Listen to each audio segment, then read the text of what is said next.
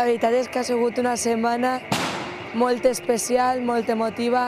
Hem viscut grans moments que queden per sempre en la nostra memòria, molt festiva. La gent de Torrent ha respost a la nostra crida perfectament, amb harmonicitat, amb molta gent menor i ara amb molta pena perquè ja s'acaben. Les he vivit a tope tota la setmana, la meva cort, en risses, per les nits que hem estat tard en la música. Bueno, és que millor no s'ha pogut viure.